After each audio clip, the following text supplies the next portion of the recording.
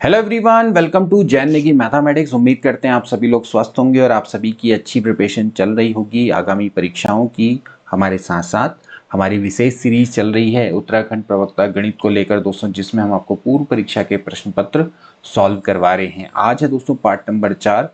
इससे पहले हमने 3 पार्ट अपलोड कर दिए हैं। इसमें हम आपको क्वेश्चंस के संग संग दोस्तों कॉन्सेप्ट भी बताते हैं, जिससे कि आपको अन्य क्वेश्चंस सॉल्व करने में मदद मिलती है। तो आज है दोस्तों पार्ट नंबर 4 और इसी तरह के प्रश्न दोस्तों परीक्षा में आएंगे। सेल्फ असेसमेंट के लिए बहुत जरूरी होते हैं ये PYQs। तो चलिए आज की क्लास को स्टार्ट करिए। दोस्तों आज का पहला प्रश्न है, अ bag has 13 red, 14 green, 15 black ball. The probability of getting exactly 2 black balls on pulling out 4 balls is P1. Now the number of each color black ball is doubled and 8 balls are pulled out. If the probability of getting exactly 4 black ball is P2, then आपको ये 4 में से क्या option correct है वो बताना है। ठीक है, एक बैग में 13 रेड, 14 ग्रीन और 15 ब्लैक बॉल हैं और इनमें से 4 बॉलें निकाली गई। जब 4 बॉलें निकाली गई तो उसमें से 2 बॉल एग्जैक्टली ब्लैक होंगी, इसकी प्रोबेबिलिटी है P1। अब इसके बाद जितने भी बॉल्स थे उनको डबल कर दिया गया, उसमें से 8 बॉलें निकाली गई और 8 बॉलों में से 4 बॉलें एग्जैक्टली ब्लैक होंगी, उसकी प्रोबेबिलिटी है P2। तो अब आपको P1 और P2 के बीच में रिलेशन बताना है। तो सबसे पहले तो आपको भैया P1 और P2 को कैलकुलेट करना आना चाहिए। देखिए एक बैग में 13 red, 14 green and 15 black ball है। इनमें से आपने 4 बॉलें निकाली, ठीक है। और what is the probability of getting exactly 2 black ball out of 4 balls? Okay, तो इसका मतलब है कि जब 2 बॉल हैं तो वो ब्लैक होंगी, तो जो बाकी की जो 2 बॉल हैं वो आपकी क्या होंगी, नॉन ब्लैक बॉल होंगी। इसका मतलब है कि ब्लैक बॉल दोस्तों कितनी है, 15। तो 15 में से 2 बॉल निकालने के वे 15C2 एंड इसके अलावा जो बाकी बॉल बची वो कितनी बची दोस्तों, 27, यानी कि 27C2। तभी जाके टोटल 4 हो जाएंगी ना। और आपकी टोटल बॉल्स कितनी है, 42, उसमें से आपने कितनी बॉल निकाली, 4। ठीक है, तो ये तो होगी प्रोबेबिलिटी ऑफ P1, यानी कि basically probability of getting exactly 2 black ball out of 4 balls. Okay, तो इस तरह से आप इसको निकाल लेंगे। So that is the probability of getting exactly 2 black ball. अब दूसरा केस ये है कि दूसरे केस में आपने क्या किया, सारी बॉल को डबल कर दिया एंड अब इस केस में आपने 8 बॉलें दोस्तों निकाली हैं। अब उसमें से क्या प्रोबेबिलिटी है कि एग्जैक्टली 4 उसमें ब्लैक बॉल हो। तो वही केस होगा दोस्तों, उसमें एग्जैक्टली 4 क्या होंगी, ब्लैक होंगी और एग्जैक्टली 4 जो होंगी वो नॉन ब्लैक होंगी। ठीक है, तो होगा क्या कि सब कुछ डबल हो जाएगा। तो 15 दूनी कितना हो गया, 30। अब इसमें से दोस्तों आपकी क्या निकालनी है, 4 ब्लैक बॉल। देखिए जो ब्लैक बॉल है वो डबल हो गई है, 15 का 30 हो गया, 14 का यहाँ पर 28 हो जाएगा, 13 का 26 हो जाएगा। ठीक है, ऐसी 27 बॉल थी जो कि नॉन ब्लैक थी, अब उसका डबल हो जाएगा, यानी कि 54 हो जाएंगी non black. Okay, and total balls आपकी दोस्तों कितनी होगी, 42 से 84 होगी, तो जगह 84C8, क्योंकि आपने कुल मिला के 8 बॉलें दोस्तों निकाली हैं। अब आपको बताना है कि इनमें से क्या रिलेशन है। तो देखिए इसके लिए दोस्तों आप सिंपली कैलकुलेट करिए P2 बट्टे P1।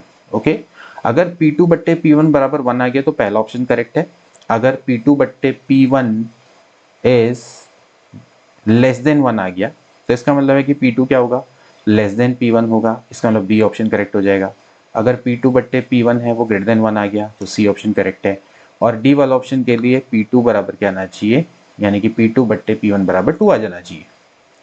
ठीक है, तो ये आएगा। तो अगर आप इसको कैलकुलेट दोस्तों करते हैं, यानी कि दोनों को सिंपली आपने क्या करना है, डिवाइड करना है, क्योंकि अगर इसको आप अलग अलग कैलकुलेट करेंगे एंड देन डिवाइड करेंगे तो ये थोड़ा सा लंबा हो जाएगा दोस्तों। अगर आप इसको P2 बट्टे P1 निकालते हैं, यानी कि आप इतना बट्टे इतना निकालते हैं, तो बेसिकली दोस्तों इसकी वैल्यू क्या आती है, लेस देन 1 आती है। ओके, इसकी वैल्यू क्या आती है, लेस देन 1 आती है। तो उस हिसाब से देखा जाए तो P2 क्या आ जाएगा, लेस देन P1 हो जाएगा। तो इस हिसाब से देखा जाए तो B वाला ऑप्शन दोस्तों इसका बिल्कुल करेक्ट हो जाता है। ओके, तो आप इसको दोस्तों कैलकुलेट करिएगा। आपने सिंपली क्या करना है, अलग अलग P1 और P2 ना निकालें, आप सिंपली इसको क्या करते हैं, डिवाइड कर दें, इसको सॉल्व करिए। कुछ टर्म्स को काट के आपको आइडिया आ जाएगा कि जो न्यूमरेटर है वो डिनोमिनेटर से छोटा होगा। न्यूमरेटर में वैल्यू कम होगी, डिनोमिनेटर में ज्यादा होगी। इसका मतलब है कि it is less than 1 and hence जो probability of getting exactly 2 black ball है वो ज्यादा होगी than probability of getting exactly 4 black ball when we are pulling out 8 balls. Okay, तो आप इसको निकाल के देखिएगा। So B option will be right.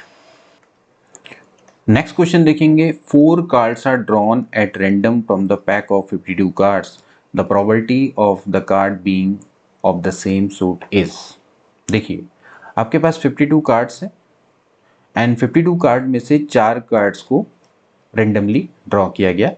अब प्रोबेबिलिटी निकालनी है कि जो कार्ड हैं वो सेम सूट से बिलोंग करेंगे। दोस्तों हम जानते हैं कि कार्ड में 4 सूट्स होते हैं दोस्तों, जैसे कि स्पेड, हार्ट,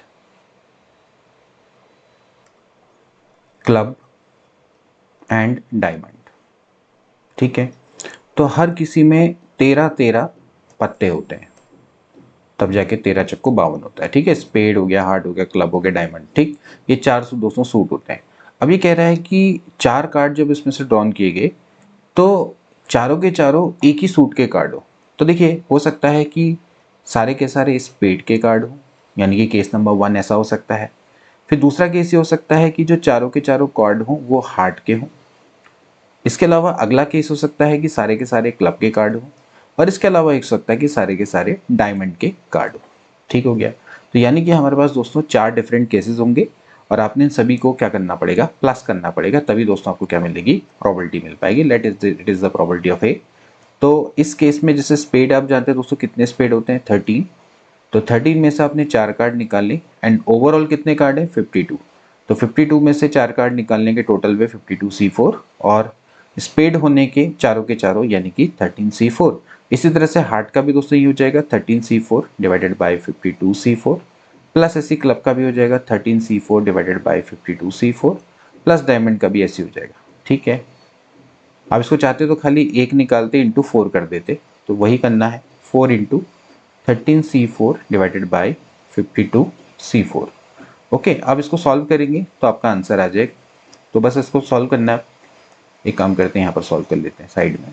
तो जाएगा भाई 14 इंटू 13C4 है दोस्तों, तो इसको आप लिख लीजिए 13 into 12 into 11 into 10 divided by 4 factorial, ऐसे हो जाएगा 52 into 51 into 50 into 49 divided by 4 factorial. 4 factorial से 4 फैक्टोरियल कट जाएगा, 13 चक्को 52, 4 से 4 कट गया।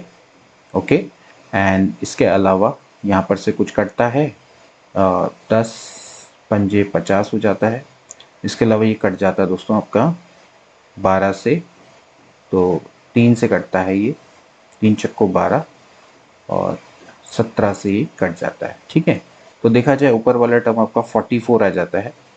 तो आप वैसे ऊपर वाले टर्म से भी आइडिया लगा के देख सकते हैं कहीं ऊपर 44 आ रहा है। तो यहाँ पर आप देखते हैं कि दोस्तों ऊपर वाला टर्म 44 यहाँ पर दिखता है, तो ए ऑप्शन दोस्तों इसका करेक्ट हो जाना चाहिए। ठीक है, तो यहाँ से आप इसको मल्टीप्लाई करके देख लीजिए, 17 पंजे 85 इंटू 49, 9 पंजे 45। ओके, एंड 8 नमा 72, 4 76, 5 चक्को 20, 8 चक्को 32, तो 34, तो 7 4 11 और 4 1 6 5। Okay, so that is the probability of getting 4 cards from the same suit. Okay, तो सेम सूट से होने के ये दोस्तों प्रोबेबिलिटी हो जाएगी, क्योंकि आपके 4 सूट हैं तो there will be 4 cases. Case number 1 that all cards from spade, case number 2 all card from heart, all card from club and all card from diamond. तो ये आपके 4 केसेस बनेंगे, तो यहाँ पर बीच में और आएगा, तो इसलिए प्लस होगा। ठीक, नेक्स्ट क्वेश्चन देखेंगे दोस्तों, if P A denotes the probability of happening of any event, यानी कि पी ए किसी इवेंट के होने की प्रायिकता को बताता है, और अगर कोई ई सबसेट है एफ का, देन आपको प्रोबेबिलिटी ऑफ एफ माइनस ई दोस्तों निकालना है। तो इसकी वैल्यू क्या होगी? बहुत आसान सा दोस्तों प्रश्न है, आपको बस यहाँ पर वेन डायग्राम है उसका प्रयोग करना आना चाहिए। ठीक है, जब दोस्तों हम कहते हैं कि भैया एफ माइनस ई, तो इसका मतलब है element which belongs to F but not E, तो ये दोस्तों होता है। ठीक है, जैसे कि एफ है और ये ई है, तो इस केस में क्या होगा, एफ के वो एलिमेंट जो कि ई में बिलोंग नहीं करते हैं, तो इस वाले एरिया को हम क्या कहते हैं, एफ माइनस ई कहते हैं। ठीक है, तो बेसिकली अगर आप प्रोबेबिलिटी ऑफ एफ माइनस ई अगर आप कैलकुलेट कर रहे हैं, तो आप इसको कैसे कैलकुलेट करते हैं, इसको करते हैं भैया पूरे की प्रोबेबिलिटी निकाल लो, यानी कि आप इस पूरे की प्रोबेबिलिटी निकाल लो एंड इसमें से आप इसको माइनस कर दो, यानी कि probability of F minus probability of F intersection E. ठीक है, अब इस केस में क्या है, इस केस में E is a subset of F, यानी कि ई एफ के अंदर है। तो अगर ई एफ के अंदर है तो फिर इस केस में जो ई इंटरसेक्शन एफ है वो बेसिकली क्या हो जाएगा, ई के बराबर हो जाएगा, क्योंकि ई एफ के अंदर है तो दोनों में सबसे बड़ा कॉमन कौन है, ई है। ओके, सो इस केस में जो एफ इंटरसेक्शन ई है वो बेसिकली क्या हो जाएगा, वो ई के बराबर हो जाएगा। तो that will be probability of F minus probability of E, hence option number C will be correct. ठीक हो गया। तो यहाँ पर दोस्तों इस केस में क्या होगा कि जो वेन डायग्राम है उस तरह से होगा, भाई ये ई है, ठीक है, और इसके ऊपर क्या होगा, यहाँ पर एफ होगा, या आप इसको ऐसे बना लो, ये इसको एफ मान लो एंड इसके अंदर मान लो ई मान लो। ठीक, तो इस तरह से दोस्तों हम बना सकते हैं। तो यहाँ पर से ये रीजन की आपको प्रोबेबिलिटी निकालनी है, probability of F minus E, so that will be probability of F minus probability of E. तो इस तरह से आप इसको आंसर निकाल सकते हैं। इसके बाद नेक्स्ट क्वेश्चन देखेंगे। Suppose that 5% of man and 0.25% of women have grey hair. A gray-haired person is selected at random, and if there is equal number of male and female, then the probability of selected person being male is। अब देखिए दोस्तों, ये जो probability का question है ये posterior probability का question है। जब आपका इवेंट हो जाता है देन उसके बाद हम probability को दोस्तों निकालते हैं। सो इस केस में दोस्तों ये बेस थ्योरम से सॉल्व होगा। तो यहाँ पर हम बेस थ्योरम का प्रयोग करेंगे। बहुत इंपॉर्टेंट है दोस्तों, बेस थ्योरम से जरूर एक क्वेश्चन आएगा। तो पहले तो आपको बेस थ्योरम का फॉर्मूला क्लियर होना चाहिए। जैसे हम बात करते हैं प्रोबेबिलिटी ऑफ E1 कंडीशनल ए की वैल्यू है, वो होती है probability of E1 into probability of A conditional E1 divide में probability of E1 into probability of A conditional E1 plus probability of E2 into probability of A conditional E2। ठीक है, क्योंकि यहाँ पर आपके E1 और E2 दो event होंगे तो उसके अकॉर्डिंग मैंने इस फॉर्मूला को लिखा है, वरना जितने इवेंट है फिर वो नीचे से आते चले जाएंगे। ओके, अब है क्या कि यहाँ पर आपको मान लेते हैं कि मेल है और फीमेल आपको दे रखा था दोस्तों कि जो total number of male and female हैं वो इक्वल है। ओके, तो अब अगर मान लेते हैं मेल को सेलेक्ट करने का इवेंट E1 है, फीमेल को सेलेक्ट करने का इवेंट E2 है, तो प्रोबेबिलिटी ऑफ E1 क्या हो जाएगी, ये हो जाएगी 1/2 एंड प्रोबेबिलिटी ऑफ E2 यानी कि फीमेल को सेलेक्ट करने की प्रोबेबिलिटी भी 1/2 हो जाएगी, क्योंकि कह रखा भाई equal number of male and female है। तो फिर इस केस में दोनों को सेलेक्ट करने की जो परसेंटेज है वो 50-50% है, तो प्रोबेबिलिटी आपकी हो गई 1/2। ओके, अब यही कह रहा है कि एक ग्रे हेयर्ड पर्सन को सेलेक्ट किया गया। ओके, यानी कि उसके जो बाल हैं वो ग्रे हैं, तो ए का मतलब है कि बेसिकली प्रोबेबिलिटी ऑफ गेटिंग मतलब कि सेलेक्टिंग ग्रे हेयर पर्सन। ठीक है, ग्रे हेयर पर्सन को सेलेक्ट करने की प्रोबेबिलिटी, ग्रे हेयर्ड पर्सन को सेलेक्ट करने की प्रोबेबिलिटी। अब प्रोबेबिलिटी ऑफ E1 कंडीशनल ए क्या हो जाएगा, यानी कि जब आपने ग्रे हेयर को सेलेक्ट कर दिया है अब उसके मेल होने की क्या प्रोबेबिलिटी, क्योंकि हमने माना ना कि ई क्या है, E1 क्या है, मेल। तो यहाँ पर कंडीशनल प्रोबेबिलिटी है कि यानी कि आपने ग्रे हेड पर्सन को सेलेक्ट कर लिया है एंड देन उसके बाद उसके मेल होने की क्या प्रायिकता है ये आपने यहाँ पर निकालनी है। तो आपने क्या करना है, इस फॉर्मूला का प्रयोग करना है। ठीक है, ये हमें दोस्तों यहाँ पर कैलकुलेट करना है। तो सबसे पहले probability of E1 and probability of E2 तो पता है। Probability of A conditional E1 का क्या अर्थ है, यानी कि जो मेल है उसके ग्रे होने की क्या प्रोबेबिलिटी है, अभी वो आपको दे रखी है। यानी कि 5% of man have grey hair, यानी कि एक मैन है उसके ग्रे हेयर होने की प्रोबेबिलिटी है 5%। वहीं probability of A conditional E2 कितना दिया हुआ है, वो दिया हुआ है 0.25%, यानी कि एक वुमन है तो उसके गेयर होने की क्या प्रोबेबिलिटी है, तो ग्रे हेयर होने की उसकी ये प्रोबेबिलिटी है। तो बस अब आपने क्या करना है, इसको फॉर्मूला में रख देना है। So probability of E1 that is 1/2, probability of A conditional E1 यानी 5% यानी कि 5/100 हो जाएगा, डिवाइड में ऐसे ही हो जाएगा 1/2 इंटू 5/100 प्लस 0.25/100 इंटू 1/2, ये भी ये 1/2 है, ये इतना है। ठीक है, 1/2 1/2 1/2 से कट गया, यहाँ से 100 ये भी दोस्तों आप काट दीजिए, तो बचता है 5/5.25। ठीक है, इसको आप काट दीजिए तो यहाँ से ये हो जाएगा 500/5 525, अब काट दीजिए 5 एकम 5 एंड देन 5 एकम 5, 5 पंजे 25 एंड देन इसके बाद यहाँ से आप इसको काट सकते हैं 5 दूनी 10, 5 दूनी 10, 5 एकम 5, यानी कि बी वाला ऑप्शन दोस्तों इसका आपका बिल्कुल राइट हो जाता है। ठीक है, तो देखिए कितना अच्छा स्तर का प्रश्न है, बट ये आपका आने के पूरे पूरे चांसेस रहेंगे। ये आपका बेस थ्योरम पर आधारित प्रश्न रहने वाला है। अब आपको जैसे मैंने इस क्वेश्चन को करवाया ऐसे ही दोस्तों आप पोस्टीरियर प्रोबेबिलिटी के सभी प्रश्नों कर देंगे। ठीक है, क्योंकि यहाँ पर क्या है कि कोई इवेंट दोस्तों आपका हो चुका है, जैसे कि ग्रे हेड पर्सन को अब आपने सेलेक्ट कर लिया है। अब क्या प्रोबेबिलिटी है कि वो आपके प्रीवियस एक्सपेरिमेंट से, यानी कि वो वुमन होगा या फिर क्या कहते हैं मैन होगा, उसकी आपने प्रोबेबिलिटी निकालनी होती है। तो इसको हम पोस्टेरी प्रोबेबिलिटी दोस्तों कहते हैं, वरना जनरली हम प्रायरी प्रोबेबिलिटी को हम निकालते हैं। इसके बाद नेक्स्ट क्वेश्चन देखेंगे दोस्तों, the probability that the bomb dropped from the plane will strike a target is 1/5. If 6 bombs are dropped, then the probability of the exactly 2 will strike the target is. अब देखिए दोस्तों ये जो प्रश्न है ये बाइनोमियल डिस्ट्रीब्यूशन का दोस्तों प्रश्न है, एंड वी नो दैट कि प्रोबेबिलिटी ऑफ x बराबर r क्या होता है दोस्तों, वो होता है NCR p की पावर r q की पावर n माइनस r। अब आपको दोस्तों दिया हुआ है कि जब बॉम्ब को ड्रॉप किया जाता है तो उसकी सक्सेस होने की प्रोबेबिलिटी क्या है 1/5, एंड उसके फेलियर होने की क्या प्रोबेबिलिटी हो जाएगी 1 माइनस 1/5 यानी कि 4/5। अब आपने बताना है कि जब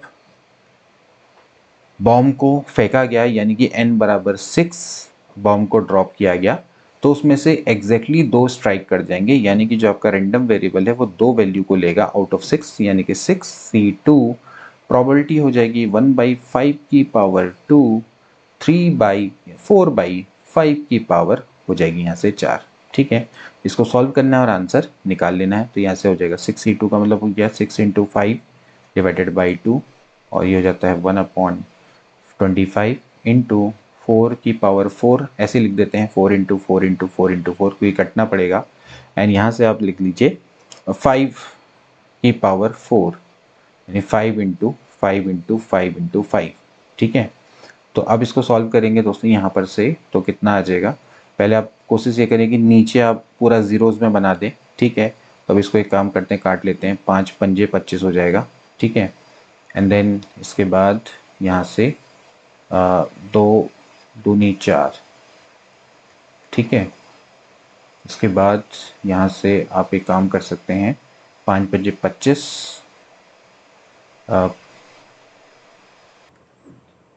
इसमें आप दोस्तों एक काम और कर सकते हैं, या तो आप नीचे आप 10 बनाइए, तो 10 के लिए आपको क्या करने पड़ेंगे, जैसे 1 2 3 4 5 हैं, तो आप इसको दोस्तों ऐसे लिख लीजिए 5 की पावर 5 है, और ऊपर अगर आप देखेंगे तो ये है 4 की पावर 3, 6 दूनी 12, 12 × 4 की पावर 3 है। तो अब एक काम कर सकते हैं 2 की पावर 5 से ऊपर नीचे मल्टीप्लाई करके आप इसको डायरेक्टली निकाल सकते हैं। ठीक है, तो ये ज़्यादा बढ़िया मेथड रहेगी। तो 12 गुणा ये हो जाएगा 64 गुणा 32 बट्टे ये हो जाएगा 5 दूनी 10, यानी कि 10 की पावर 5। ठीक है, तो 10 की पावर 5 हो गया ये। ओके, अब इसके बाद इसको ऊपर वाले को मल्टीप्लाई कर लो, आपको आंसर का अंदाजा आ जाएगा। ठीक है, तो यहाँ से हम एक काम कर लेते हैं, 64 गुणा 12 करते हैं, तो 12 चक्को 48, 4 12 छक्के 72, 4 76, यानी कि 768 गुणा 32, तो 8 दूनी 16, 6 दूनी 12, 1 13, 7 दूनी 14, 1 15, 8 3 24, 2 6 3 18, 19 20, 7 3 21, 22 23, तो 6 4 3 7 5 3 और 1 4 2। तो यहाँ पर आप देखेंगे 2 4 5 7 6, तो अगर आप देखेंगे भाई 2 4 5 7 6 डिवाइडेड बाय 1 2 3 4 5। ठीक है, तो 1 2 3 4 5 यानी कि 0.24576, तो देख सकते हैं कि डी वाला ऑप्शन दोस्तों यहाँ पे बिल्कुल इसके क्लियर है, जो कि 2458 के बराबर है। ठीक, तो अब इस मेथड से दोस्तों आप इसको सॉल्व कर सकते हैं। मतलब बेसिकली आपने क्या करना है, आप इसी स्टेप को डायरेक्टली यहाँ से भी कर सकते थे कि आपने करना क्या है, 6c2 है तो 6 पंजे 30/2 यानी कि 15 ही हो गया, एक इंटू ये हो गया भैया 1/5। ठीक है, इंटू 4 की पावर 4 बट्टे 4 मतलब 5 की पावर ये 4 हुआ, तो बेसिकली हुआ भाई 15 गुणा 4 की पावर 4, या बेसिकली आप इसको काट लो, ठीक। तो यहाँ पर हो जाएगा 3 एंड 4 की पावर 4, ठीक। अब आपने यहाँ पर क्या करना था, यहाँ पर आप सिंपली इसको सॉल्व कर लेते, ठीक है। और ये एक और 5 भी रहता है, यहाँ पर 5 का स्क्वायर था ना, ठीक है। ये 5 का स्क्वायर था तो एक 5 और भी रहता, तो यहाँ पर 5 की पावर 5 हो गया। बस इसके बाद यहाँ पर 2 की पावर 5 से ऊपर नीचे मल्टीप्लाई करके सॉल्व कर लेंगे। इसके बाद नेक्स्ट क्वेश्चन देखेंगे। अ bag contain 5 white balls and 3 black ball, 2 balls are drawn at random one after the other without replacement, the probability that both balls are black is। बहुत आसान सा प्रश्न है दोस्तों। एक बैग है, उसमें दोस्तों 5 वाइट बॉल हैं और 3 ब्लैक बॉल हैं। 5 वाइट बॉल हैं, 3 ब्लैक बॉल हैं। 2 बॉल एक के बाद एक दोस्तों उसमें निकाली गई और विदाउट रिप्लेसमेंट, यानी कि उनको एक को निकाला गया, उसके बाद फिर उसको वापस बैग में नहीं रखा गया, ठीक है। अब आपको प्रोबेबिलिटी बतानी है कि बोथ बॉल्स आर ब्लैक। तो अब देखिए इसको किस तरह से दोस्तों निकालेंगे। तो बोथ बॉल्स आर ब्लैक यानी कि आपको probability of A intersection B दोस्तों निकालना है। ए यानी कि फर्स्ट ड्रॉ में ब्लैक बॉल, बी यानी कि सेकंड ड्रॉ में ब्लैक बॉल। अब देखिए ये जो दोनों के दोनों इवेंट होंगे वो किस तरह से होंगे, इसको आप दोस्तों ऐसे लिख सकते हैं, probability of A into probability of B conditional A, क्योंकि अब ये एक दूसरे पर डिपेंड करेंगे। तो देखिए जब आप पहले ब्लैक बॉल निकालेंगे, पहले ब्लैक बॉल निकालने की प्रोबेबिलिटी, और जब आप ब्लैक बॉल निकल चुकी है उसके बाद ब्लैक बॉल निकालने की प्रोबेबिलिटी, ठीक है। इसको हम क्या बोलेंगे, प्रोबेबिलिटी ऑफ बी कंडीशन ले बोलेंगे। तो देखिए सबसे पहले आपने ब्लैक बॉल निकाली, तो कितनी ब्लैक बॉल हैं, 3 बट्टे टोटल बॉल्स हैं 8। अब इसके बाद कितनी ब्लैक बॉल रहेगी दोस्तों, 2, और टोटल बॉल कितनी रहेगी, 7, ठीक है। तो ये दोस्तों आपका क्या है, probability that the both ball drawn is black. एक साथ नहीं निकाली है, एक एक करके निकाली, पहले एक निकाली फिर बाहर रख दी ब्लैक बॉल। अब जो ब्लैक बॉल है वो 2 रहेगी और टोटल बॉल आपकी 7 रहेगी। तो बस इसको सॉल्व कर लीजिए, ठीक है। तो यहाँ से हो जाएगा 3 बट्टे 28, तो यानी कि ए ऑप्शन इसका राइट हो जाएगा। Hence option number A will be correct. इस तरह के दोस्तों बहुत सारे प्रश्न आते हैं, तो प्रोबेबिलिटी के क्वेश्चन आएंगे इस तरह के, और ये स्कोरिंग रहते हैं दोस्तों, और यहाँ पर आप अच्छा स्कोर यहाँ पर कर सकते हैं। अब हम बात करेंगे नेक्स्ट क्वेश्चन की, जो कि दोस्तों आपका वेक्टर से है।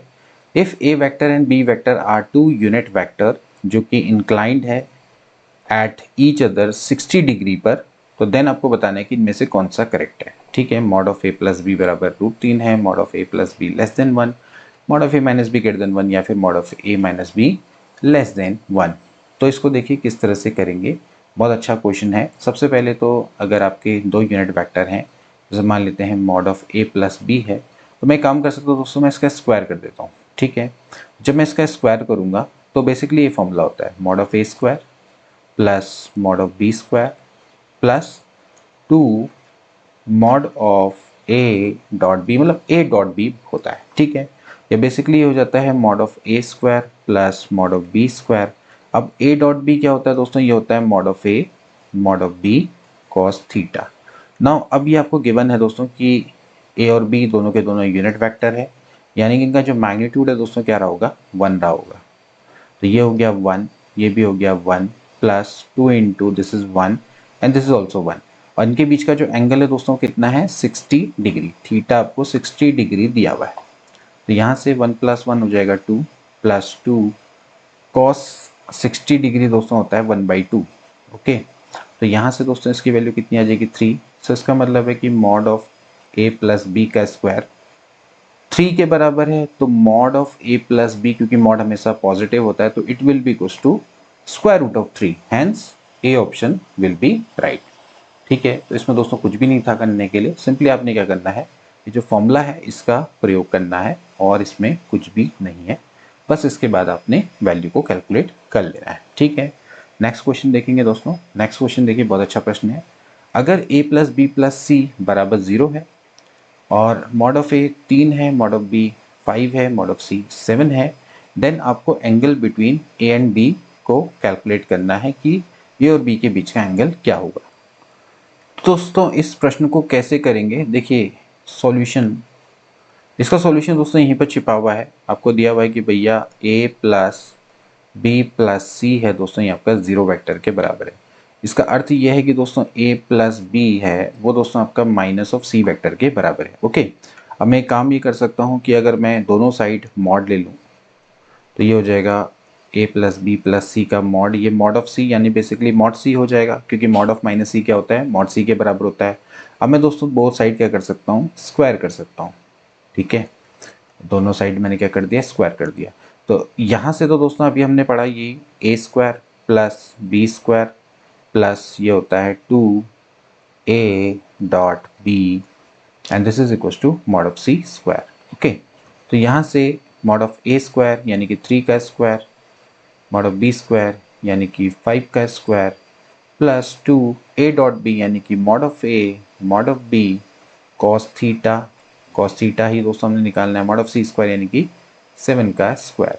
ठीक है, तो यहाँ से आप इसको निकाल लीजिए, मॉड ऑफ ए ये हो जाता है दोस्तों 3, मॉड ऑफ बी आपका कितना है 5 कॉस थीटा बराबर 7 7 जा 49 माइनस 9 माइनस 25। ठीक है, तो जाएगा 40 माइनस 25 दैट इज 15, तो 2 इंटू 3 इंटू 5 कॉस थीटा इतना आ जाएगा, तो 5 3 15 हो गया, तो कॉस थीटा बराबर कितना आ गया 1/2। So theta will be cos inverse 1/2। Okay, hence option number D will be correct. तो आपको क्या करना था, angle between A and B निकालना था, तो हेंस जो आपका आंसर है वो कितना हो जाएगा, कॉस इनवर्स 1/2 के बराबर हो जाएगा। आपने सिंपली क्या करना है, यहाँ पर आपको रिलेशन दिया हुआ है तो आपने थोड़ा सा इम्प्रोवाइजेशन करके a प्लस बी बराबर माइनस सी लिखेंगे एंड देन इसके बाद मॉड लगाएंगे, स्क्वायर कर देंगे, देन उसके बाद वैल्यू को निकाल लेंगे। नेक्स्ट क्वेश्चन देखेंगे दोस्तों, the number of distinct real values of lambda for which the vector these vectors are coplanar. Okay, देखिए 3 वेक्टर कोप्लेनर कब होते हैं दोस्तों, जब उनका स्केलर ट्रिपल प्रोडक्ट क्या होता है, 0 के बराबर होता है। ठीक है, आप इसको बहुत आसानी से समझ सकते हैं कि 3 वेक्टर कोप्लेनर कंडीशन क्या रहती है। ठीक है, तो इसका मतलब ये है कि यहाँ से अगर इसको देखें तो भाई a dot B cross C must be equals to 0। अब ये a है, ये b है, ये c है, तो इसका मतलब है कि डिटर्मिनेंट फॉर्म में अगर मैं लिखूं a डॉट बी क्रॉस सी को कैसे लिखते हैं दोस्तों, a के जो कोफिशिएंट है उसको लिख दीजिए, ये हो जाएगा माइनस लेमडा -1 1, इस तरह से यहाँ से हो जाएगा 1 minus lambda square and then 1, then ये हो जाएगा 1 1 minus lambda square. Okay, now this should be equals to 0। Okay, अब यहाँ से दोस्तों आपने क्या करना है, इसको सॉल्व करना है।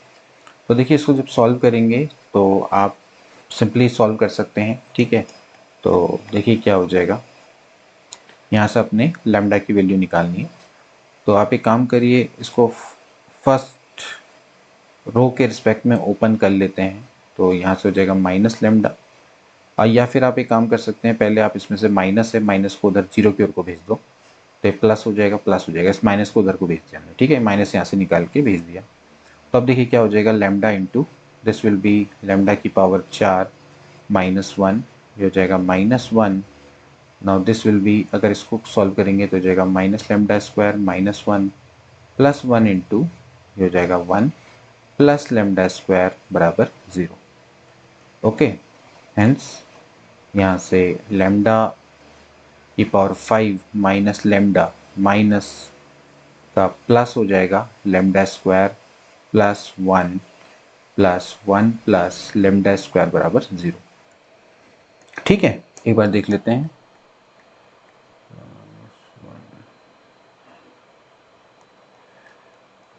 अच्छा एक सेकेंड दोस्तों, यहाँ पर ना आपका -1 होना चाहिए था। ठीक है, क्योंकि हमने माइनस कॉमन लेके उधर भेजा था, तो इस हिसाब से दोस्तों ये तो हो जाएगा -1, यहाँ पर -1 होना चाहिए था। ठीक है, तो हो जाएगा -1 माइनस लेमडा स्क्वायर। ठीक है, क्योंकि यहाँ पर आपने माइनस कॉमन लिया तो इधर भी -1 लग जाएगा ना, तो ये लेमडा स्क्वायर से लेमडा स्क्वायर कट गया, ये 1 से 1 कट गया, तो यहाँ से दोस्तों क्या हो जाएगा, लेमडा कॉमन आ जाएगा, लेमडा की पावर 4 -1।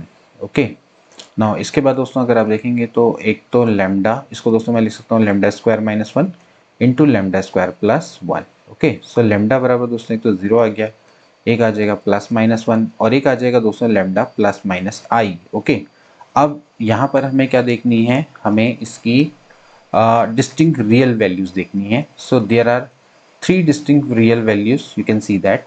ओके, तो यहाँ पर आपकी 3 डिस्टिंक्ट रियल वैल्यूज रहने वाली है। ओके, सो इस हिसाब से देखा जाए तो कौन सा ऑप्शन दोस्तों करेक्ट हो जाएगा? डी ऑप्शन दोस्तों करेक्ट हो जाएगा, यानी कि there will be 3 distinct value of lambda, real distinct value of lambda for which these 3 are coplanar. तो इस तरह से हम इसको कर लेंगे। ठीक है, तो आप ध्यान रखिएगा दोस्तों कि जो स्केलर ट्रिपल प्रोडक्ट है उसको आप इस तरह से डिटरमिनेंट की फॉर्म में लिखते हैं, और जब स्केलर ट्रिपल प्रोडक्ट 0 होता है इसका मतलब ABC क्या है? कोप्लेनर है। ओके, बस इसके बाद इसको सॉल्व करना था। इसके बाद नेक्स्ट क्वेश्चन देखेंगे दोस्तों, A, B एंड C ये आपको वेक्टर गिवन है। देन एक वेक्टर D है जो कि A और B दोनों पर परपेंडिकुलर हो और साथ ही साथ इस सिचुएशन या इस इक्वेशन को भी सेटिस्फाई करता हो। दोस्तों ये डॉट हो गए, C डॉट D बराबर 15। तो आपने दोस्तों इसको निकालना है। ओके, तो बड़ा आसान सा प्रश्न है। देखिए पहले आप उसको समझ लीजिए। देखिए अगर जैसे ये A वेक्टर है, ये B वेक्टर है। ओके, तो इनके प्लेन पर परपेंडिकुलर दोस्तों कौन होता है? A क्रॉस B होता है। ठीक है, अब ये जो वेक्टर D होगा दोस्तों वो इन पर परपेंडिकुलर है, यानी कि वो इसके क्या होगा? पैरेलल होगा। ठीक है, तो मान लेता हूँ जो D वेक्टर है वो आपका कुछ लैम्डा A क्रॉस B के बराबर है। ध्यान रखना दोस्तों कि जब भी दो वेक्टर हैं वो पैरेलल होते हैं, तो जैसे मान लेते हैं A वेक्टर B वेक्टर के पैरेलल है, तो मैं A वेक्टर को लैम्डा B वेक्टर लिख सकता हूँ। ठीक है, इसी तरह से A क्रॉस B और D वेक्टर ये दोनों पैरेलल हैं, तो यानी कि D वेक्टर को मैं लैम्डा A क्रॉस B लिख सकता हूँ। ठीक है, तो जो भी होगा वो A क्रॉस B के पर परपेंडिकुलर होगा। A क्रॉस B तो होता ही होता है, और उसका जो पैरेलल होंगे वेक्टर्स वो भी क्या होंगे? इस प्लेन पर परपेंडिकुलर होंगे, यानी कि A और B पर परपेंडिकुलर होंगे। ठीक है, डायरेक्टली A क्रॉस B नहीं लिख सकते, कुछ लैम्डा A क्रॉस B रहा होगा। ठीक है, फिर हमें लैम्डा की वैल्यू को निकालना होगा with the help of this relation. ठीक, तो यहाँ से देखिए क्या हो जाएगा। सबसे पहले तो आप निकालिए A क्रॉस B। अब A क्रॉस B कैसे निकालते हैं दोस्तों? आप with the help of determinant निकालिए I J के। यहाँ पर A के कोफिशिएंट लिखिए 1 4 2, B के लिख लीजिए 3 -2 7। ठीक है, तो यहाँ से हो जाएगा I 7 चक्को 28 प्लस 4 माइनस J, देन इसके बाद हो जाएगा 7 -6 प्लस K, एंड देन इसके बाद हो जाएगा -2 4 3 12। ओके, तो 28 4 होता है 32I, 7 -6 ये हो जाएगा J, प्लस हो जाएगा माइनस में 14K। तो इस तरह से आप इसको लिख सकते हैं A क्रॉस B। देन जो D वेक्टर है वो हो जाएगा lambda into 32I minus J minus 14K। Okay, अब इसके बाद ये कह रहा है कि इसको भी सेटिस्फाई करता है, यानी कि C डॉट D बराबर 15 है। तो अब यहाँ पर दोस्तों साइड में कर लेते हैं, थोड़ा बड़ा बड़ा लिख लेते हैं। देखिए C कितना है? C है 2I minus J plus 4K, and जो D है वो है lambda, this is 22I minus J minus 14K। तो C डॉट D बराबर है 0। इसका मतलब है देखिए लैम्डा तो बाहर आ जाएगा, इन दोनों का डॉट प्रोडक्ट तो आप जानते हैं दोस्तों क्या होता है? I का I के संग, यानी कि 32 गुणा 2, माइनस माइनस का दोस्तों हो जाएगा plus. Okay, and minus 4 into 14। Okay, ये आपको दो रखा है कि this is equal to 0,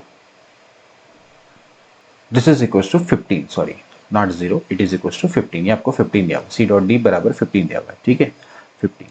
hence यहाँ से अब आप इसकी वैल्यू को निकाल लीजिए, लैम्डा की वैल्यू निकल जाएगी। तो 32 दूनी तो हो गया भैया 64, 4 चक्को प्लस 1 माइनस 4 चक्को 16, 4 एकम 4, और यहाँ से आप देखेंगे तो कितना आ जाएगा भैया? 65 माइनस 56। ठीक है, 6 5 में से 5 6 गया, तो कितना बच जाएगा? 9। ठीक है, तो यहाँ से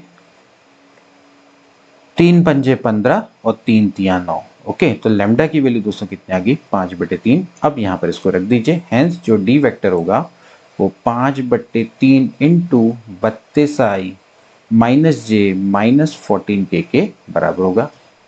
तो अगर आप यहाँ से देखें तो कुछ बनता है ऐसा? बिल्कुल बनता है, C वाला ऑप्शन दोस्तों बनता है। देखिए 5/3 32I minus J minus 14K। हालांकि दोस्तों आपको अंदाजा वैसे भी आ जाता खाली इस फैक्टर से, तो आप इसको इस तरह से निकाल सकते हैं। ठीक है, तो समझे भाई कॉन्सेप्ट क्या है कि ए और बी वेक्टर दोनों पे परपेंडिकुलर, बेसिकली ए क्रॉस बी होता है, तो आप उसके कोई भी पैरेलल ले लीजिए like lambda A cross B, and then इसके बाद इसको भी सेटिस्फाई करता है, तो यहाँ से आपको लैम्डा मिल जाएगा। ठीक है, तो ये लैम्डा मिल गया, हेंस आप इसके बाद क्या कर दीजिए, इसकी वैल्यू को यहाँ रख देंगे, तो hence you will get the answer, यानी कि option number C will be correct.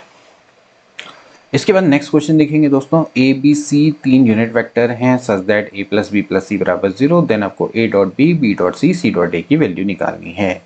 तो ये भी दोस्तों आसान प्रश्न है, ए प्लस बी प्लस सी ये दोस्तों बराबर है 0, ये आपको 0 दिया हुआ है। ठीक है, तो एक काम करते हैं दोस्तों, यहाँ पर इसका पहले मॉड ले लेते हैं, ओके, एंड मॉड का दोस्तों यहाँ पर हम स्क्वायर ले लेंगे। ठीक है, ध्यान रखना दोस्तों कि जो मॉड ऑफ ए स्क्वायर होता है वो ए डॉट ए के बराबर होता है। ठीक है, फॉर्मूला आप यहीं से बनाते हैं, तो ये बेसिकली होता है A plus B plus C dot A plus B plus C. तो इसको जब सॉल्व करते हैं दोस्तों, यहाँ पर आता है mod of A square, mod of B square, mod of C square plus 2 A dot B, ठीक है, plus 2 B dot C plus 2 C dot A. ठीक है, अब ये वैल्यू तो दोस्तों हमें 0 दी हुई है, बेसिकली ये 0 है। Okay, 0 vector dot 0 vector basically क्या हो गया, 0 स्केलर आ जाएगा, ये 0 वेक्टर होगा, ये डॉट 0 वेक्टर होगा, तो बेसिकली 0 स्केलर आ गया। इसकी वैल्यू आपको दे रखी है 1, because these are the unit vectors, hence ये 1 हो जाएगा, ये भी 1 हो जाएगा, ये भी 1 हो जाएगा, प्लस 2 इंटू आपको अंदर वाला जो पार्ट है A dot B, B dot C, C dot A, इसको कैलकुलेट करना है, एंड इसके बाद ये वैल्यू कितनी हो जाएगी, A dot B plus B dot C plus C dot A बराबर हो जाएगा -3/2। ये वैल्यू है, इनको सम करके 3 इधर चला जाएगा, बट्टे 2 हो जाएगा, यानी कि -3/2 is the right answer, hence option number C is correct. तो वेक्टर में देख रहे हैं कि भाई किस तरह के क्वेश्चन पूछे जा रहे हैं। नेक्स्ट क्वेश्चन देखेंगे दोस्तों, अ 2 dimensional vector A has its component 2p and 1 with respect to a rectangular Cartesian system, and this system is rotated through a certain angle about the origin in anti-clockwise direction. If with respect to the new system A vector has its component p plus 1 and 1, then आपको बताना है कि p की value क्या होगी। देखिए दोस्तों, बड़ा अच्छा क्वेश्चन है, इसको किस तरह से किया जाएगा। देखिए सबसे पहले आप ये समझ लीजिए कि जब हमारे पास दोस्तों मान लेते हैं सिस्टम है, और इसके रिस्पेक्ट में किसी पॉइंट ए के कोऑर्डिनेट अगर मान लेते हैं x, y है, ओके। अब मान लेते हैं ये हमारा रेक्टेंगुलर कोऑर्डिनेट सिस्टम है। इस सिस्टम को दोस्तों अगर आप रोटेट कर दीजिए, मान लेते हैं अगर मैं इसको अल्फा एंगल के थ्रू रोटेट कर देता हूँ, ठीक है, मान लेते हैं अल्फा एंगल के थ्रू रोटेट कर दिया, तो ये जो नया सिस्टम है like X dash Y dash, इसके रिस्पेक्ट में ए के कोऑर्डिनेट क्या होंगे, आपको मान लेते हैं अगर वे जो कोऑर्डिनेट हैं वो एक्स डैश और वाई डैश हैं, मान लेते हैं अगर वो कोऑर्डिनेट एक्स डैश और वाई डैश हैं, तो ओल्ड कोऑर्डिनेट्स और न्यू कोऑर्डिनेट में क्या रिलेशन होता है, इसको दोस्तों आप थोड़ा समझ लीजिए। तो न्यू कोऑर्डिनेट्स और ओल्ड कोऑर्डिनेट में ये रिलेशन होता है, एक्स डैश बराबर होता है X cos alpha plus Y sine alpha, वहीं जो वाई डैश होता है वो होता है -x sine alpha plus Y cos alpha. Okay, तो ये आप ध्यान रखेंगे कि अगर ए का एक्स वाई यानी कि रेक्टेंगुलर एक्सिस के रिस्पेक्ट में अगर इसके कोऑर्डिनेट है x, y, एंड देन अगर आप इसको रोटेट कर दे थ्रू अल्फा एंगल से आपने रोटेट कर दिया, तो जो नया कोऑर्डिनेट सिस्टम होगा जिसको कि आपने रोटेट किया है उसके रिस्पेक्ट में जो कोऑर्डिनेट है मान लेते हैं एक्स डैश और वाई डैश हैं, तो उनकी value X cos alpha plus Y sine alpha, और ऐसे ही वाई डैश की वैल्यू हो जाएगी -x sine alpha plus Y cos alpha के बराबर होती है। ठीक है, ये हम 2 डायमेंशन में दोस्तों पढ़ते हैं। ठीक है, अब वही चीज़ है दोस्तों कि कोई ए वेक्टर है, ओके, ए वेक्टर के कंपोनेंट है, जैसे कि मान लेते हैं 2p प्लस 1 इंटू जे, तो आप इसको मान लीजिए कि भैया ये इसका x डायरेक्शन में कंपोनेंट है और ये y डायरेक्शन में कंपोनेंट है, तो फिलहाल ये x बराबर है 2p और y बराबर है 1। ओके, अब जब आपने दोस्तों इस सिस्टम को रोटेट किया, तो अब इसी ए वेक्टर के जो कंपोनेंट है नए वाले के रिस्पेक्ट में बन गए p प्लस 1 इंटू आई प्लस 1 इंटू जे, यानी कि जो x डैश है वो बन गया p+1 एंड जो y डैश है वो दोस्तों बन गया 1। ठीक है, अब आपने क्या करना है, यहाँ पर इस वैल्यू को यहाँ रख देना है एंड देन उसके बाद आपने इसको सॉल्व करके p की वैल्यू को निकालना है। ठीक है, तो x डैश दोस्तों कितना है, वो है p+1 बराबर हो जाएगा, x की वैल्यू है 2p cos अल्फा प्लस ये हो जाएगा sin अल्फा, है ना, एंड y डैश की जो वैल्यू है वो है यहाँ पर से 1 एंड माइनस में x यानी कि माइनस में 2p sin अल्फा प्लस इसमें यहाँ पर दोस्तों कितना आ जाएगा, y की वैल्यू है 1 cos अल्फा। ओके, अब देखिए जो ये इक्वेशन है a और b मान लेते हैं इसको, इन दोनों का स्क्वायर करके मैं ऐड कर देता हूँ, दोनों का स्क्वायर करके ऐड कर देता हूँ। तो देखिए मुझे क्या मिल जाएगा, तो यहाँ पर से मुझे मिल जाएगा भाई p+1 का होल स्क्वायर प्लस 1। देखिए जब इसको ऐड करेंगे तो इट विल बी 2p का whole square cos square alpha plus 2p का whole square sin square alpha plus ऐसे ही sin square alpha plus cos square alpha, ये वैल्यू आ जाएगी। ठीक है, क्योंकि आप जब इसका स्क्वायर करेंगे तो ये आ जाएगा a square plus b square plus 2ab, यानी कि एक आएगा 2p cos alpha sin alpha. ऐसे ही यहाँ पर भी दोस्तों आएगा -2p cos alpha sin alpha, वो दोनों कट जाएंगे। ठीक है, तो बस यहाँ पर खाली स्क्वायर वाले टर्म रह जाएंगे, क्योंकि ये बेसिकली वही है a माइनस बी और a प्लस बी। ठीक है, ये दोनों का मतलब आप इस तरह से मान लीजिए a square plus B square, मतलब सिंपल सी बात है, यहाँ पर जो आ रहा है इसका स्क्वायर और इसका स्क्वायर, इसका स्क्वायर इसका स्क्वायर का सम हो जाएगा बस, और बाकी 2ab वाला टर्म कट जाएगा। ठीक, तो देखिए यहाँ पर से क्या बचा भाई, ये बचा 4p square cos square alpha plus sin square alpha 1 होता है। ऐसे ही यहाँ पर भी देखें तो इसकी वैल्यू क्या आती है 1। ना इसको सॉल्व करेंगे, ठीक है, तो ये जाएगा p+1 का होल स्क्वायर, देखिए 1 से 1 कटा, तो ये जाएगा भाई p square plus 2p plus 1 बराबर हो गया 4p स्क्वायर। ठीक है, अब इसको सॉल्व करेंगे यहाँ से, तो ये जाएगा भैया 3p square minus 2p minus 1 बराबर 0, तो 3p स्क्वायर 3 बन जा 3, यानी कि -3p प्लस p माइनस 1 बराबर 0, तो take 3 as a common, 3p as a common, p minus 1 plus 1 p minus 1 बराबर 0, hence 3p plus 1 into p minus 1 बराबर 0, तो p बराबर 1 हो जाएगा और p बराबर 1 हो जाएगा -1/3। तो इस तरह से आप p की वैल्यू को निकाल सकते हैं।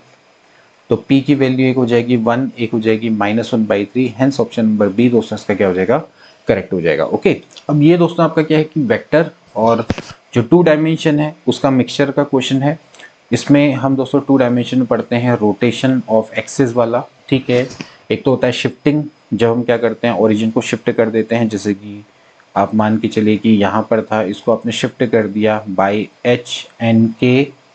ठीक है, h डायरेक्शन में मतलब x एक्सिस में h शिफ्ट कर दिया, y में k शिफ्ट कर दिया, तो जो p के कोऑर्डिनेट्स हैं वो अब इस नई कोऑर्डिनेट एक्सिस के रिस्पेक्ट में क्या होंगे। ठीक है, एक होता है कि रोटेशन, यानी कि जब एक्सिस को दोस्तों क्या करते हैं, रोटेट करते हैं, तो रोटेशन के टाइम पे आप इस फॉर्मूला का यूज करते हैं, इसको आप नोट डाउन कर लीजिएगा, बड़ा इंपॉर्टेंट ये फॉर्मूला है। ओके, नेक्स्ट क्वेश्चन देखेंगे दोस्तों, if vector alpha I plus J plus के आई बीटा जे प्लस के आई प्लस जे प्लस गामा के आर कोप्लेनर, देन आपने दोस्तों इसकी वैल्यू को निकालना है।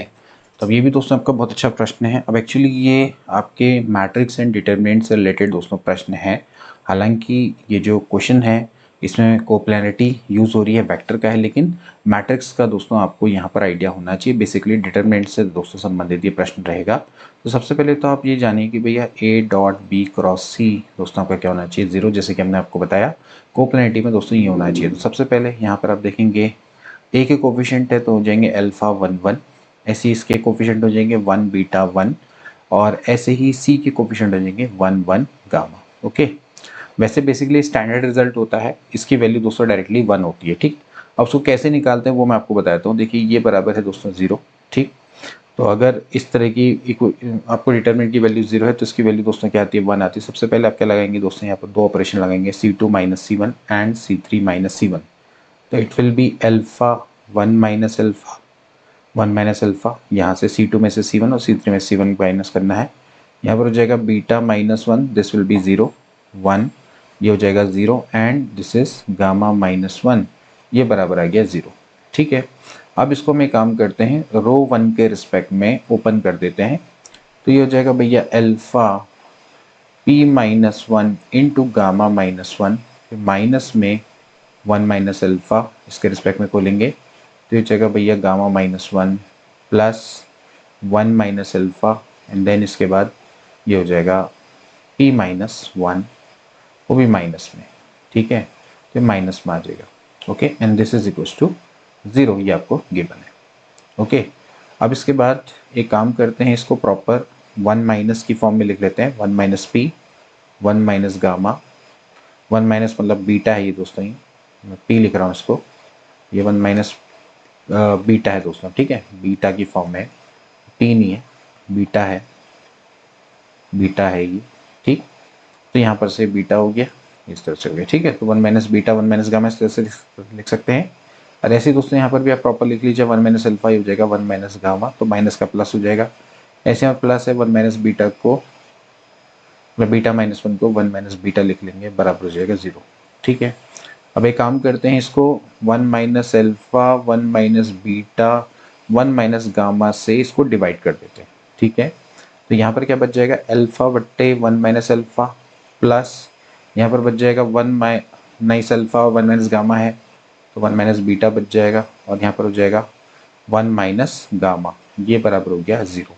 ठीक है, अब देखिए दोस्तों, जैसे अल्फा है तो मैं इसको क्या लिख सकता हूँ, देखिए मैं इसको यहाँ पर माइनस से मल्टीप्लाई करके 1 इसमें ऐड भी कर देता हूँ और यहीं से दोस्तों सब्ट्रैक्ट भी कर देता हूँ। तो मैं इसको 1 माइनस अल्फा लिख सकता हूँ, माइनस से माइनस कट जाएगा। ठीक है, 1 से 1 कट जाएगा, माइनस माइनस का प्लस हो जाएगा। ठीक है, तो मैंने इसको दोस्तों इस तरह से लिखना है इसको। देखिए मैं कैसे लिखूंगा, ध्यान रखेंगे। जैसे अल्फा था तो अल्फा को मैंने क्या लिखा, 1 माइनस अल्फा एंड 1 माइनस, तो 1 minus alpha that is alpha. Okay, अब इसके बाद इसको अलग अलग डिवाइड कर दीजिए, तो ये हो जाएगा 1/1 माइनस अल्फा माइनस ये हो जाएगा दोस्तों 1। ठीक है, 1 माइनस अल्फा से 1 माइनस अल्फा कट जाएगा, ये हो जाएगा 1/1 में 1 माइनस बीटा प्लस 1/1 में 1 माइनस गामा बराबर 0। अब इस 1 को इधर ले आइए तो हो जाएगा 1/1 माइनस अल्फा प्लस 1/1 में 1 माइनस बीटा प्लस 1/1 में 1 minus gamma that is equal to 1। Okay, so hence 1 is a right answer. Okay, but अब यहाँ पर देखो वेक्टर का भी प्रयोग है, साथ ही साथ दोस्तों मैट्रिक्स का भी प्रयोग है, डिटरमिनेंट का भी प्रयोग है, तो सी ऑप्शन दोस्तों क्या हो जाएगा, करेक्ट हो जाएगा। ठीक है, तो इस तरह से आप इसको करेंगे। नेक्स्ट क्वेश्चन देखेंगे दोस्तों, if for any vector A it is given that mod of A cross I cap का whole square plus mod of A cross J का whole square mod of A vector cross K का whole square बराबर alpha into A vector का square है, then दोस्तों अपने value of alpha निकालना। बहुत अच्छा दोस्तों, बहुत बेहतरीन प्रश्न है। देखिए किस तरह से किया जाएगा, बहुत अच्छा कॉन्सेप्चुअल क्वेश्चन है।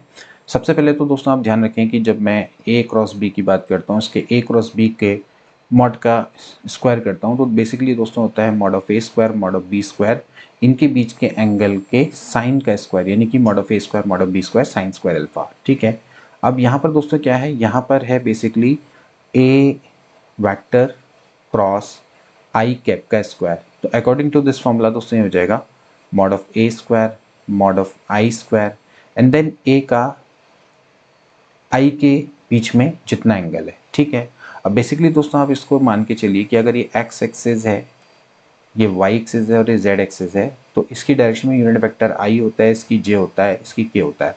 अगर ये दोस्तों ए वेक्टर है तो इसका आई से एंगल मान लेते हैं अल्फा है, जे से एंगल बीटा है, इससे एंगल गामा है। ओके, तो बेसिकली अगर देखा जाए तो ए का जो एंगल है एक्स एक्सिस से वो अल्फा है, तो यहाँ पर दोस्तों ये जो एंगल है इनके बीच का क्या हो जाएगा, साइन अल्फा, तो it will be sine square alpha.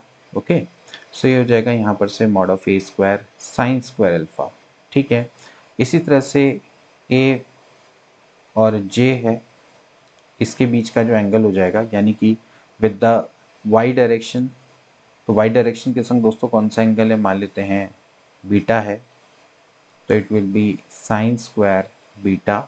Okay, तो mod of A square this will be sine square beta and similarly यहाँ से ए क्रॉस के का होल स्क्वायर है, तो इट विल बिकम, देखिए ध्यान रखना है कि आई कैप जे कैप यूनिट वेक्टर है, तो इनका मॉड 1 हो जाएगा, सिंपली क्या बन जाएगा साइन स्क्वायर गामा बन जाएगा। ओके, तो अब अगर मैं तीनों को ऐड कर दूं 1 2 एंड 3, इन तीनों की वैल्यू को इसमें रख के ऐड कर दूं तो ये हो जाएगा mod of A square sine square alpha plus mod of A square sine square beta plus mod of A square sine square gamma.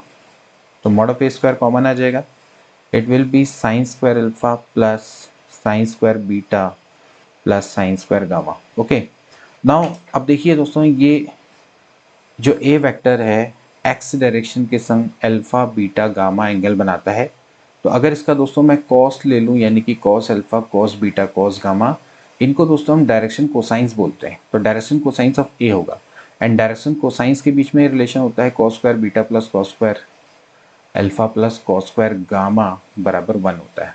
ठीक है, तो यहाँ से अगर मैं sign square alpha plus sine square beta plus sine square gamma निकालूंगा तो इसकी वैल्यू 2 आती है, यानी कि हो जाएगा 2 इंटू मॉड ऑफ ए का स्क्वायर। अब ये दे रखा है भाई अल्फा इंटू मॉड ऑफ ए का स्क्वायर, सो इसका मतलब है कि अल्फा क्या होगा 2 के बराबर होगा। ओके, सो बी ऑप्शन दोस्तों करेक्ट हो जाएगा। तो बहुत अच्छा दोस्तों प्रश्न है जो कि डायरेक्शन कोसाइन से संबंधित है। ध्यान रखना है कि cos square alpha plus cos square beta plus cos square gamma हमेशा क्या होता है 1 के बराबर होता है। तो 1 minus sign square alpha plus 1 minus sign square beta plus 1 minus sign square gamma बराबर कितना हो जाएगा 1।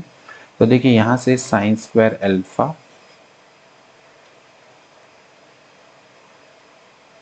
Plus sine square beta plus sine square gamma बराबर दोस्तों कितना हो जाएगा, यहाँ से देखिए ये हो जाएगा 2 हो जाएगा। ठीक है, एक 1 को कट गया और एक 2 हो जाएगा। ठीक, तो इसी तरह से हमने यहाँ पर इसकी वैल्यू 2 रखी। तो यही था कि दोस्तों ये जो ए वेक्टर है वो आई जे के संग basically alpha beta gamma angle बना रहा है, यानी कि X axis Y axis Z axis के बीच अल्फा बीटा गामा एंगल बना रहा है। तो इसका जो कॉस होगा वो डायरेक्शन कोसाइंस होगा, एंड देन उसके बाद हम दोस्तों क्या करते हैं, जो साइन की वैल्यू है वो हम यहाँ से cos square alpha plus cos square beta plus cos square gamma बराबर जो 1 होता है उस रिलेशन से निकाल सकते हैं। इसके बाद नेक्स्ट क्वेश्चन देखेंगे, A B C are any 3 vector, then आपको दोस्तों इसकी वैल्यू निकालनी है।